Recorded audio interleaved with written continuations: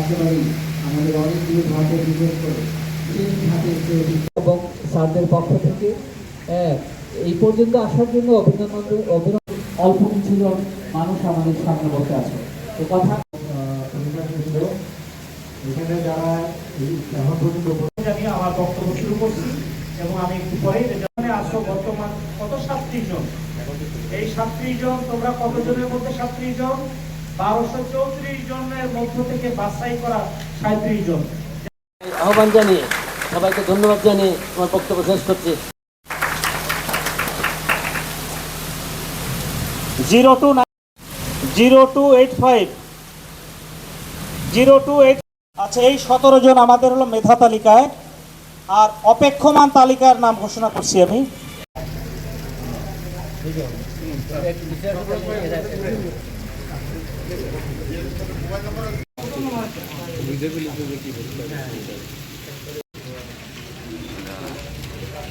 আর মাত্র 120 টাকার বিনিময়ে আমরা এই পর্যন্ত আসতে পারছি। এখানে কোনো অতিরিক্ত টাকা বা বাড়তি টাকা নেওয়ার মতো কেউ নিইনি, মানে এরকম আমরা খুব স্বচ্ছতার সাথেই চাকরিটা পেয়েছি। আমি বিশ্বাসও করতে পারিনি যে আমি প্রথম হব। এত স্বচ্ছ যে হবে আমি এটা জানতাম না। আমি জানতাম যে স্বচ্ছ হবে, কিন্তু এত স্বচ্ছ আমাদের এসপি মহোদয় যে এত সুন্দর স্বচ্ছ করে যে আমাদেরকে নিয়োগ দিবে এটা আমি কখনোই বিশ্বাস করতে পারিনি। আর এটার অনুভূতি আসলে প্রকাশ করার মতো ভাষা আসছে না। আমার এখানে ধুকধুক করছে, যেহেতু অনেক স্বচ্ছতার সাথে হচ্ছে। আমি আগেরবার ওয়েটিং ছিলাম, আমার অনেক বিশ্বাস ছিল। আমার পাড়া প্রতিবেশী সবাই বলে টাকা ছাড়া নাকি চাকরি হয় না। আমি এটাই প্রমাণ করতে চাচ্ছিলাম যে টাকা ছাড়া কি চাকরি হয় নাকি না হয়, এটা আমি প্রমাণ করে দেখালাম যে আমি আলহামদুলিল্লাহ ফার্স্ট হয়েছি। এটা আমার আল্লাহ তাআলার কাছে অনেক শুকরিয়া যে আল্লাহ তাআলা আমাকে এই পর্যন্ত আনছে, এবং আমাদের এসপি স্যারদেরকে অনেক ধন্যবাদ জানাই। জি না, আমাদের কোনো ঘুষ প্রকৃতি কোনো কিছু ফেস করা লাগেনি।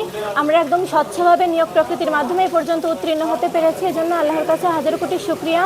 এবং আমরা যে এই জেনে এসেছি যে টাকা ছাড়া কখনো চাকরি হয় না, এটা একদমই ভুল কথা। আমরা এই পর্যন্ত আসতে পেরেছি একদম নিজ যোগ্যতায়। আজকে যা বুঝলাম, যোগ্যতা ছাড়া চাকরি হবে না। আমাদের ফ্যামিলি খুবই দরিদ্র, এই চাকরিটা পেয়ে স্যার খুবই উপকৃত হয়েছে। স্যার আমার আব্বু ইজি বাইক চালক। আর স্যার এটা আমার জীবনের প্রথম মাঠ ছিল, এর আগে পরে কোনো মাঠ করিনি। স্যার এটা আমার জন্য বড় একটা সফলতা। এবং স্যার আমি এই 17 জন নিয়োগ হয়েছে, এর মধ্যে তৃতীয় হয়েছি। আর স্যারদেরকে অনেক ধন্যবাদ জানাই, তারা খুব স্বচ্ছতার সাথে মেধার ভিত্তিতে আমাদের যোগ্য চাকরি দিয়েছেন। তো আপনারা ইতিমধ্যে দেখেছেন এবং আপনারা কিছু বক্তব্য গ্রহণ করেছেন যারা আমাদের প্রার্থী আছে।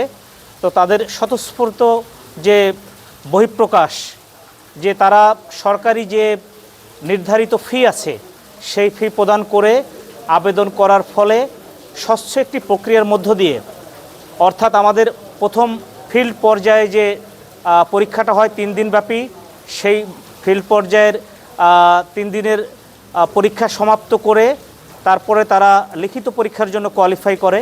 লিখিত পরীক্ষায় কোয়ালিফাই করার পরে তারা আবার মৌখিক পরীক্ষা এবং মনস্তাত্ত্বিক পরীক্ষার জন্য অবতীর্ণ হয়। তো আমাদের এখানে ফিল্ড পর্যায়ে আমাদের 1243 জন প্রার্থী এখানে আবেদন করেছিল 17টি পদের বিপরীতে। সেই 1243 জন প্রার্থীর মধ্য থেকে ফিল্ড পর্যায়ে উত্তীর্ণ হয়েছিল 350 জন। সেই 350 জনের মধ্যে লিখিত পরীক্ষা অবতীর্ণ হয়েছিল 347 জন। সেই 347 জনের মধ্য থেকে আমাদের আজকে যে লিখিত পরীক্ষার রেজাল্ট প্রকাশ করেছিলাম, সেই পরীক্ষায় দেখা গেল মাত্র 37 জন প্রার্থী লিখিত পরীক্ষায় উত্তীর্ণ হয়েছিল।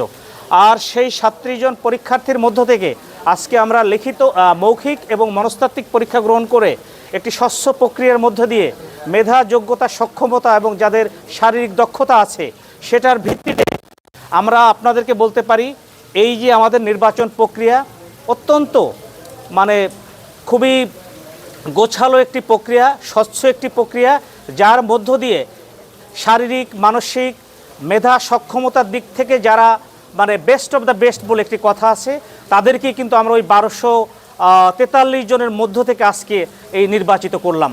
তো আমি সেক্ষেত্রে আমাদের সম্মানিত সাংবাদিক সহ আমাদের এই মাগুরা জেলার সম্মানিত নাগরিকবৃন্দ যারা আছেন, এখানকার নেতৃবৃন্দ আছেন, এখানকার জনসাধারণ যারা আছেন এবং সর্বোপরি যারা পরীক্ষার্থী ছিল, আমি আশা করি যে এই নিয়োগ প্রক্রিয়াতে কেউ কোনো ধরনের অসদুপায় অবলম্বন করেননি, কোনো দুর্নীতি, ঘুষ এবং নানামুখী যে অপতৎপরতা থাকে, বিভিন্ন নিয়োগের ক্ষেত্রে নিয়োগ বাণিজ্য থাকে, সেই সব কিছু থেকে আমরা মুক্ত থেকে একটি স্বচ্ছ প্রক্রিয়ার মাধ্যমে আজকে আলহামদুলিল্লাহ এই নিয়োগ প্রক্রিয়াটি সম্পন্ন করতে সক্ষম হয়েছি।